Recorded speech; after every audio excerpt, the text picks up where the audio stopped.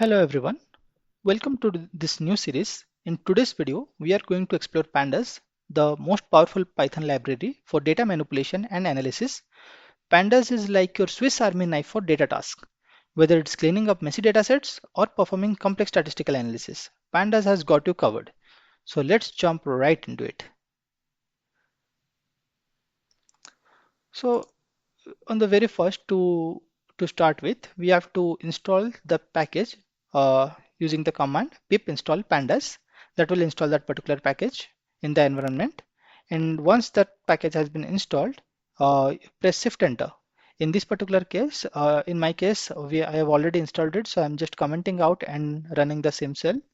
Once the package is installed, we have to import the pandas to use all the package functionalities. So for that, we import pandas as PD. Now using the PD, we can get all access to all the functions. Like if you do PD dot and then press tab, you will get to see like all the functions related to pandas, and you can use it to create whatever you want. Like PD dot data frame is used to create an empty data frame, or yeah. So using that, we can access all the features of pandas. Next, what we'll do over here is like we will take a data set on which we will do all our analysis. The data set that we are going to use is basically this telco customer churn data set, which is present in Kaggle. If you go to this particular link, we'll see like telco customer churn, and we have like the different you have to just sign in, and then we have like the download option. If you click in this download option, it will generate a zip file. From that zip file, you have to extract the CSV file and put the CSV file in the same folder where like you have this notebook present. Now like once we have the once we have all the file and the CSV file and the notebook in the same location, we'll go to our next part to read the particular file. So whenever we will be doing some kind of analysis on a data set, the very first step is to like read the data to a data frame. So in this case, we will be reading the data to a pandas data frame. So for that, we use the command pd.read csv, and on top of that, like we write like the file name. So this should be the file name, and we will just press shift enter to get the file into the environment, into this particular data frame df. Now let's see what are the different uh, columns that are present in this data frame. So for that, we can do print df dot columns. If you see, we have like customer ID, gender, senior citizen, partner, dependents, and so on and so forth. I will quickly give a overview of what are the different columns that we have. So for each customer ID, we want to know what's their corresponding gender, whether they are senior citizen or not, whether they have partner or not, whether they have dependents or not, what the tenure for which like for the duration for which like the customer ID is associated with the telecom company, what kind if they are if they have any kind of phone service. So phone service is basically whether the customer subscribes to this phone service or not. It's a flag kind of column, yes or no kind of columns. Then we have like multiple lines. So what are the different lines via which they have taken the phone service? What are the different internet service that they are subscribed to? uh, did they subscribe to any online security kind of service, or device protection kind of service, or tech support, or streaming TV, or streaming movies, those kind of services? Then comes like the contract, whether it's a month-to-month contract or 1 year contract that the customer is subscribed to.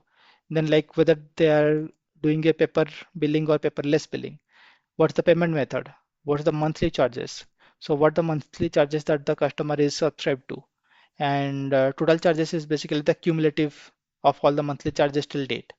And churn basically says like it indicates whether the customer has churned. By churned in telecom domain, it means like the whether the customer has left the telecom service or not. If it is a yes, then the customer has left the service. If it's a no, then the customer is still continuing. So so yeah, so you can download this data set from this telecom customer churn, and once you have downloaded it, we can do a small preview. Either you can do display df to see the overall preview where like it shows it skips few other records in between, but totally it shows like how the record looks like. But say like you want to know in detail the top 5 records, how it looks like, then just print df.head. That will give us like the top 5 records as well as like the details of all the features that we have. Similarly, if you want to know the last 5 records and how it looks, then df.tail. Df.tail will give you like the last 5 records along with their all the features that are present. Once that is done, we see like what are the different columns that are present. So around 21 columns are present, uh, and that we can know by you. So by using the command df.shape, if you say df.shape, we will see there are around 7,043 records and 21 columns. So yeah, we can also know now the number of columns using the command length of df.columns. So in the data frame df, how many columns are there and what's their overall length? So it's 21. Now, if you want to know more info about the data set, you can write df.info.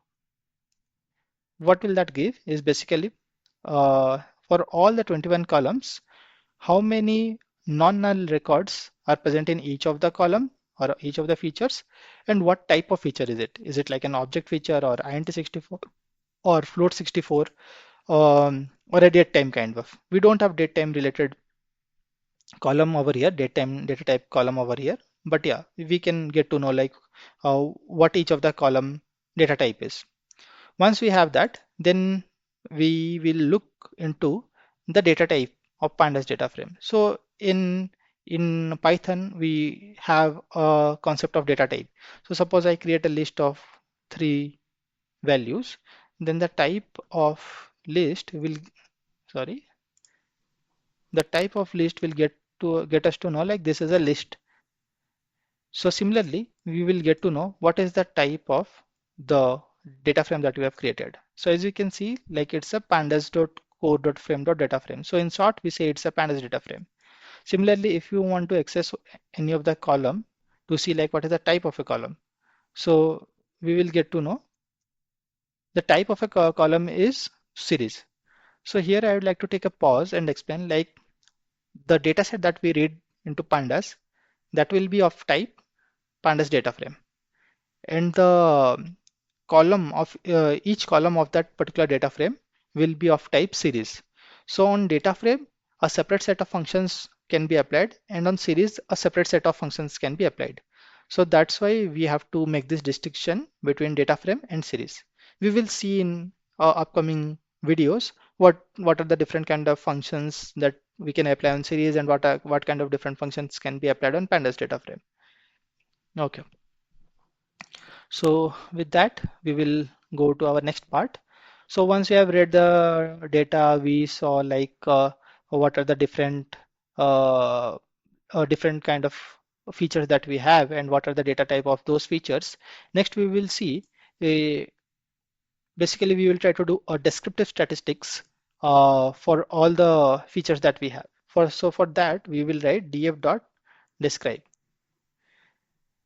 If you see, if you do a df.describe, it will return like for the we had like around 21 features. Out of those, like 3 features were like numerical. So for those features, it will get the count, mean of the each column, standard deviation, minimum, 25 percentile, 50th percentile, 75 percentile, and the max of those columns. So those things we can get to know from the describe. So in describe, by default, it will only pick up the what we say, the numerical columns only. Somewhere over here we see to exclude numeric types, none. Yeah, somewhere we see like to limit the results to numeric types, and this result will include, yeah, non-default. This will results will include all numeric related columns. So that's what we get from this describe. Now we have the other object kind of features. So how to get a descriptive statistics for those columns? So for that, what we do is like we will write df.describe include equal to O. O stands for object. If you see over here, when the string features are generally denoted as object. What we say is string is actually denoted as object in terms of Pandas nomenclature system. So what we do is like we say only describe those features which are actually object type. And when we do a shift enter, we see that these are the different string features, and we get the corresponding count, the unique or the distinct values for each of the customers. I mean, like each of the features, and what are the top features, and what is the frequency of those. Those we can get to see from this df.describe. Once we are done with that, the next part is where like we will see like suppose like you want to sort the whole of the data on a particular feature, say like total charges. So we want to see in our data set which is the customer who has the maximum total charges, or in other words, the customer who has paid the most amount to the telecom company. So for that, what we can do, we will select df dot sort values by equal to total charges, and if we do this much and we will get the customer IDs and the total charges.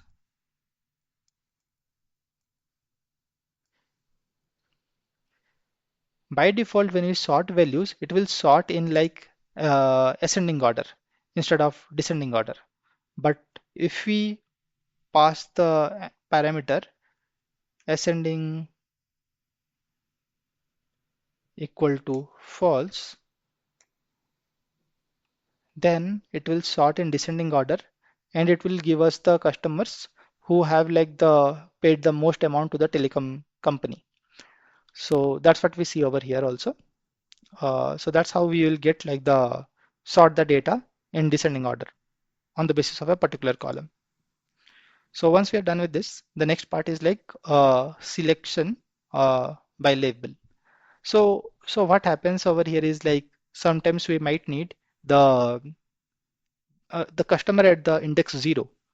So basically, I am talking about specifically, say like we are in a scenario where somebody asks us to only get the customers at the index 0, uh, and or like say like index 2 or index 3, index 4. We don't want the whole data frame. We only want the customer who is present in index 1 or index 2 or index 0. So for in that case, we use something known as lock. So lock basically is kind of terminology for location. So we pass like df.lock at 0th index. What are the values that we want to extract from the data frame? The customer ID and monthly charges. So if you run this, it will return us like 7590 VHVEG is the customer ID and their corresponding monthly charges. And if you see over here, uh, the corresponding monthly charges and customer IDs correspond to 0th index is 7590 VHVEG and 29.85. That's what we get over here too. Now once we do like this, the next could be like what are the, so say like we don't want for customer 0 only. We want for customer which are present in 0, 1 and 2. These three location, index location. What are the customer name or customer ID and their corresponding monthly charge. So for that we can write something like df.log 0 colon 2 means like 0, 1, 2. For those three continuous location values or index values 0, 1 and 2 give us the corresponding customer ID and monthly charges. So that's what we see over here. If we do a shift enter, then we will see the same thing. Now that was by selection by label. By label means like the by index values. Now, or like the index values or the column names by label means. Now select by position. By position it means like instead of passing the index values as it is, we'll pass the position names or like position numbers. And without using any column names, we have to extract the same values. So say like for that, if you do a df.iloc 3 colon 5 comma 0 colon 2, that will give us all the I mean like the two records corresponding to the index number 3 4, because 5 is like excluded, 3 is inclusive, 5 is excluded. Similarly, 0 is inclusive and 2 is excluded. So before this comma, whatever we have, those are considered as rows, and after the comma, whatever we have, those will be considered as columns. So here what we are trying to do is like 3 is to 5 means for third and fourth record, we want zeroth and first column. So if you run this, we'll get for third and fourth record, we'll get like customer ID and gender. But having said that, if you do the same thing in df.log instead of iloc, we will get a different thing. So say like customer and gender are our first two columns. So we will pass those things over here.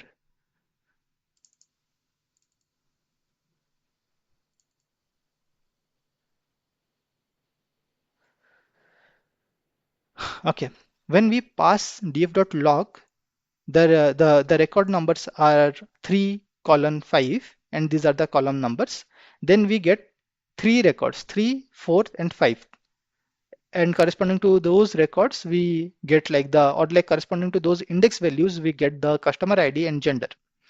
But in iloc, when we pass 3 colon 5, it will return only the records that are between 3 and 5, where 5 is exclusive. So what's the main difference over here? The main difference is when we use lock.lock, it will take explicitly the record numbers as the index numbers. So when we say we need to extract record 3, 4, 5, it will take those record numbers, record 3, record 4, record 5, or record corresponding to index 3, corresponding to index 4, and corresponding to index 5. But here in iloc, what it does, it doesn't take it on by label names. Here it was taking by label names in lock, but here in iloc it is not taking by label names. Instead, what it does is like it takes like we do in list comprehension, list slicing. Similarly, these are just number 3, 4, 5, and it will extract only third and fourth record from here and the corresponding customer IDs and gender, because zeroth position is for customer ID and first position is for gender ID when it comes to columns, and it will extract accordingly. Similarly, we can extract in any order. Say like we want to get the first record, then the 10th record, then the fourth record, and we want these three columns, 0, 2, and 7, seventh column. So for that, we can write df.iloc 110, 4. Before this, remember this before this comma, whatever is present as list are the record numbers, and after this comma, whatever present as a list are the column names or column numbers. So that's how we use LOC and iloc. Finally, we have something known as filtering. Say somebody comes up and asks us, okay, we need now out of the whole of the records, how many customers are there who have a monthly charges of greater than equal to 28 or greater than 28. So for that, we can do something like df of, okay, I will walk you through like this.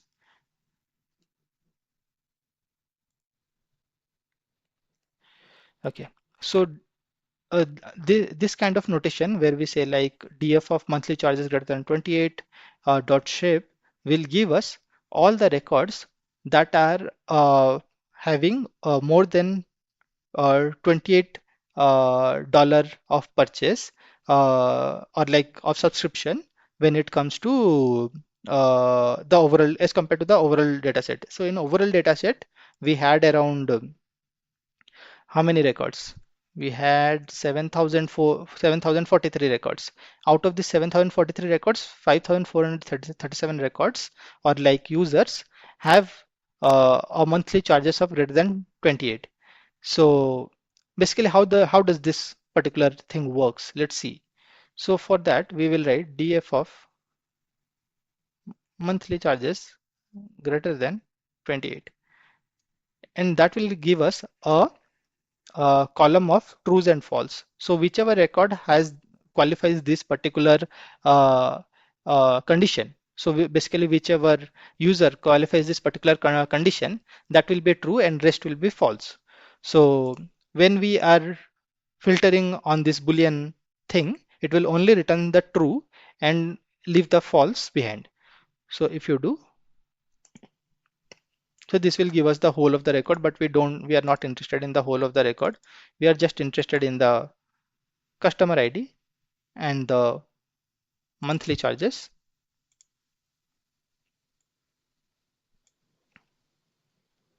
and see like all the records or all the users over here are having monthly charges greater than 28, and that's what we see in the data. And those the number of users who have more than $28 of monthly charges are like 5,437 unique customers.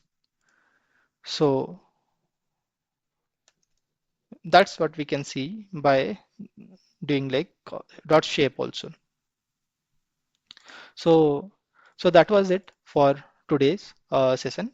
So today what we did. So today we covered how to use pandas to load, clean, and analyze the data from a dataset point of view.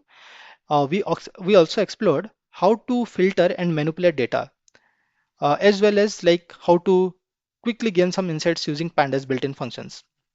There are like so much more to explore in pandas, like merging data sets, grouping data, and creating powerful visualizations. We will certainly cover all those things in the upcoming videos, but I encourage you to keep practicing and experimenting with your own data sets to master these skills. Also, like if you found this tutorial helpful, make sure to give it a thumbs up and hit the subscribe button for more Python related content. And don't forget to leave a comment below if you have any questions or queries or topics you would like me to cover in the next videos. Also, share this video with anyone you might find it useful. Finally, thanks for watching, and I will see you in the next video. Until then, keep coding, keep learning, and have fun with pandas.